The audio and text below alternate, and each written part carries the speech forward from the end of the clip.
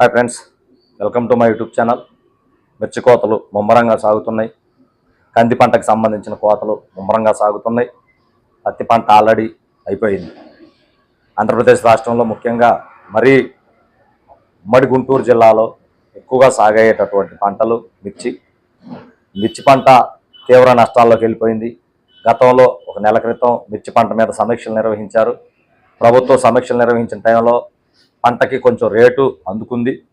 మరలా తదుపరి ఇప్పుడున్న పరిస్థితుల్లో రేటు దిగిపడిపోయింది.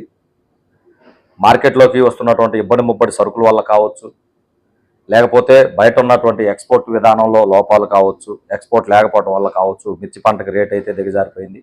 అలానే కంది పంట కూడా దిగుబడి దారుణంగా తగ్గిపోయింది. ఎకరానికి 3 నుంచి 4 క్వింటాలు దిగుబడి వచ్చే పరిస్థితుల్లో ఈరోజు కంది పంట ఉంది. కంది పంట కూడా ఎకరానికి 25 నుంచి 30 రూపాయల దాకా నష్టాలు వచ్చే పరిస్థితి ఈ రోజున.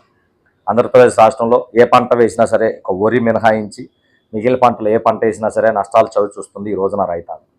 ఈ రైతాంగాన్ని నిలబెట్టుకోవాలంటే, మరలా వచ్చే సంవత్సరం రైతాంగాన్ని వ్యవసాయం వైపు మరల్చాలంటే ప్రభుత్వాల ముందున్న లక్ష్యం, ఏకైక లక్ష్యం ఈ రైతాంగానికి ఖచ్చితంగా ప్రభుత్వం నుంచి సహాయం అందించడం.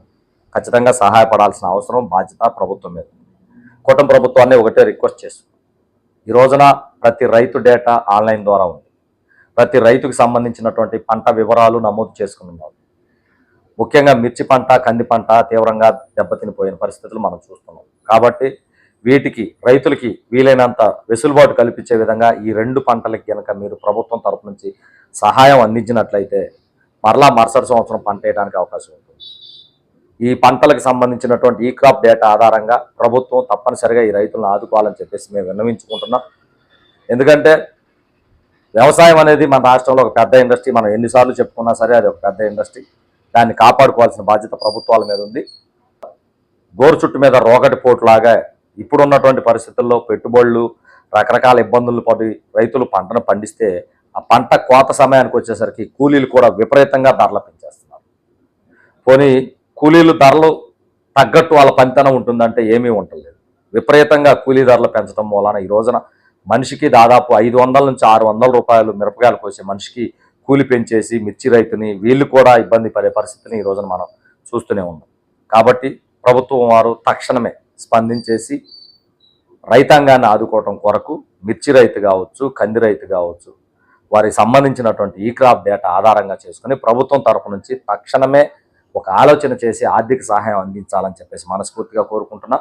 లేకపోతే రాబోయే రోజుల్లో ఈ మిర్చి పంట సాగు చేసిన రైతులు ఎంతమంది ఆత్మహత్యల వైపు వెళ్తారని ఆలోచించుకుంటేనే భయం వేస్తుంది. కాబట్టి ప్రభుత్వం నుంచి ఒక భరోసా కనుక కల్పించినట్లయితే రైతాంగాన్ని అటువైపు చూడకుండా మరలా పొలం వైపు చూసే విధంగా ప్రయత్నాలు చేయొచ్చని చెప్పి మనస్ఫూర్తిగా కోరుకుంటూ, కూలీలు కూడా ఒకసారి ఆలోచన చేయాల్సిన అవసరం ఎంతైనా. రైతులకి ఈ రోజున ఒత్తిడి ఉంది కదా అని చెప్పేసి ఇష్టానుసారం మీరు కూలీలు పెంచుకుంటూ వెళ్ళిపోతూ ఉంటే రాబోయే రోజుల్లో ఈ రైతులు పడుతున్న బాధలు చూసి అసలు పంటలు వేయటం మానేస్తే మీకు కూలి ఎక్కడ ఉంటుందో ఒకసారి ఆలోచన చేయాల్సిన అవసరం మీకు కూడా. ఈ రోజున రైతుకి ఇబ్బంది వచ్చింది కదా అని చెప్పేసి కనీసం మానవత్వం కూడా లేకుండా మీ ఇష్టానుసారం కూలీలు పెంచుకుంటూ వెళ్తున్నారు. ఎంతవరకు న్యాయం అని చెప్పేసి నేను మిమ్మల్ని వేడుకుంటున్నాను. ఒక్కసారి ఆలోచన చేయండి. ఆ రైతులు ఇప్పటికే నష్టాల ఊబిలో ఉన్నారు. వారిని ఆదుకోవాల్సిన బాధ్యత మీ పైన కూడా ఉంది. కూలి పెరిగిన కొద్దీ పనితనం తగ్గిపోతుంది. గతంలో ఉన్న ఒక వ్యవసాయ కూలీల పని విధానం, నేడున్న వ్యవసాయ కూలీల పని విధానం చూస్తుంటే చాలా భయం వేస్తుంది.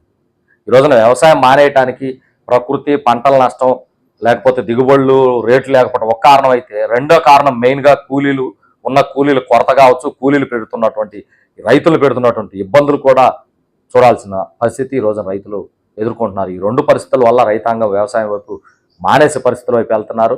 యాంత్రీకరణ ఉన్న పంటల వైపు మొగ్గు చూపుతున్నారు. కూలీలు కూడా ఒకసారి మీరు ఆలోచన చేసుకోకపోతే రాబోయే రోజుల్లో నష్టపోవాల్సిన పరిస్థితులు మీకు కూడా ఎదురవుతాయి. ఈ రోజున గత కొన్ని సంవత్సరాల నుంచి రైతులు నష్టపోతున్నారని చెప్తూ ఉంటే ఏ రైతు ఆలోచన చేయకుండా పంట విరామం ప్రకటిద్దామంటే ఎవరు వినకుండా వాడిపోతే మాకేంటి, మేము పోతే ఇంకొకటికి ఏంటి అని చెప్పేసి మొండిగా వ్యవసాయం చేస్తూ ఈ రోజున అందరూ పంట విరామం ప్రకటించే పని లేదు, పంట సాగు చేయలేక చేతులు ఇచ్చేసే పరిస్థితి ఏర్పడింది. అలానే కూలీలు కూడా ఈ రోజున ఏదో రైతే కదా నాశనం అవుతుంది, మాకేం ఇబ్బంది లేదని మీరు అనుకుంటే వచ్చే రోజుల్లో వారు పంటలు సాగు చేయనప్పుడు మీకు కూడా కూలీ దొరకని పరిస్థితులు ఏర్పడతాయి. ఆ రోజున మీ పరిస్థితి ఏంటన్నది ఒక్కసారి ఆలోచన చేసుకోవాలని చెప్పేసి వాళ్ళని కూడా వేడుకుంటూ, ఏదేమైనప్పటికీ ప్రభుత్వాన్ని ఒకటే రిక్వెస్ట్ చేస్తున్నాం. దయచేసి నష్టపోయిన పంటలకి ఈ క్రాప్ డేటా ఆధారంగా ప్రభుత్వం తరపు నుంచి సహాయం అందించాలని చెప్పేసి మనస్ఫూర్తిగా కోరుకుంటూ జై జవాన్ జై కిసాన్ జై హింద్.